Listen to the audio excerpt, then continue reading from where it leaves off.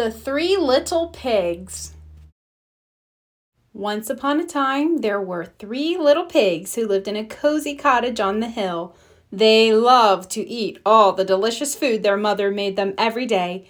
They ate so much that it wasn't long before the 3 little pigs had grown so big that there was no room for them in the cozy cottage anymore. "I'm sorry," said their mother one morning, "but it's time you made your own way in the world." So the very next day, the 3 little pigs left home.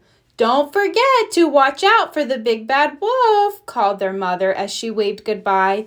"He'll eat you for supper, so you'll need to build a big, fine, strong house as quickly as you can to keep him away."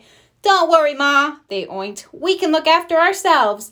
And the 3 little pigs trotted off down the hill, each taking a different path. It wasn't long before the first little pig met a farmer pulling a cart filled with straw. "Please, may I buy some straw to build a house?" asked the little pig. "Of course," replied the farmer, "but a straw house won't be very strong." But the little pig didn't listen. Soon he was busy stacking the bundles of straw for his new house. In no time at all, the house of straw was finished, and the little pig went inside for a nap. He had just shut his eyes when there was a knock at the door. It was the big bad wolf, and he was hungry. Little pig, let me in," growled the wolf. "No way," cried the little pig. "Not by the hair on my chinny chin chin." "Then I'll huff, and I'll puff, and I'll blow your house down," laughed the wolf. And that's just what he did. Huff, puff, whoosh. Meanwhile, the second little pig was walking along the road when he saw a woodcutter piling up sticks. "Please, may I buy some sticks?" he asked politely. "I want to build a house." "Of course," answered the woodcutter, "but a house made of sticks will soon fall down." But the second little pig wasn't listening. He was much too busy planning his new stick home. Soon the house was finished. The little pig had just sat down to rest when there was a knock at the door. It was the big bad wolf, and he was even hungrier now. Little pig, let me in," he growled. "No way! Not by the hair on my chinny chin chin," cried the second little pig. "Then I'll huff, and I'll puff, and I'll blow your house down," cried the wolf.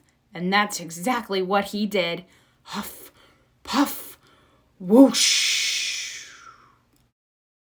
Meanwhile, the third little pig had met a builder. "Please, may I buy some of your bricks to build a house?" he asked. "Of course," replied the builder. "A fine, strong house of bricks will last forever."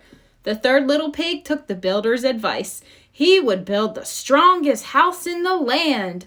Finally, after a hard day's work, the house was finished. It had 4 strong walls of brick, a tiled roof, a sturdy wooden door, and a large fireplace with a chimney.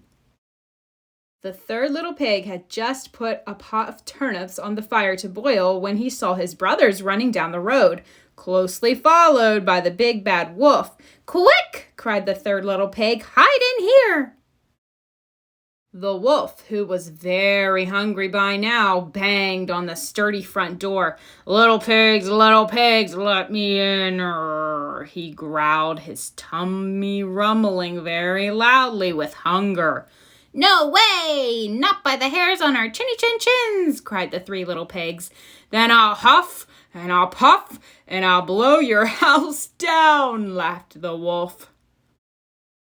So he huffed, and he puffed, and he puffed, and he huffed.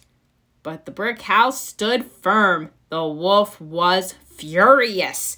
He climbed up onto the roof and shouted down the chimney, "If I can't blow your house down, I'll come down the chimney and gobble you all up."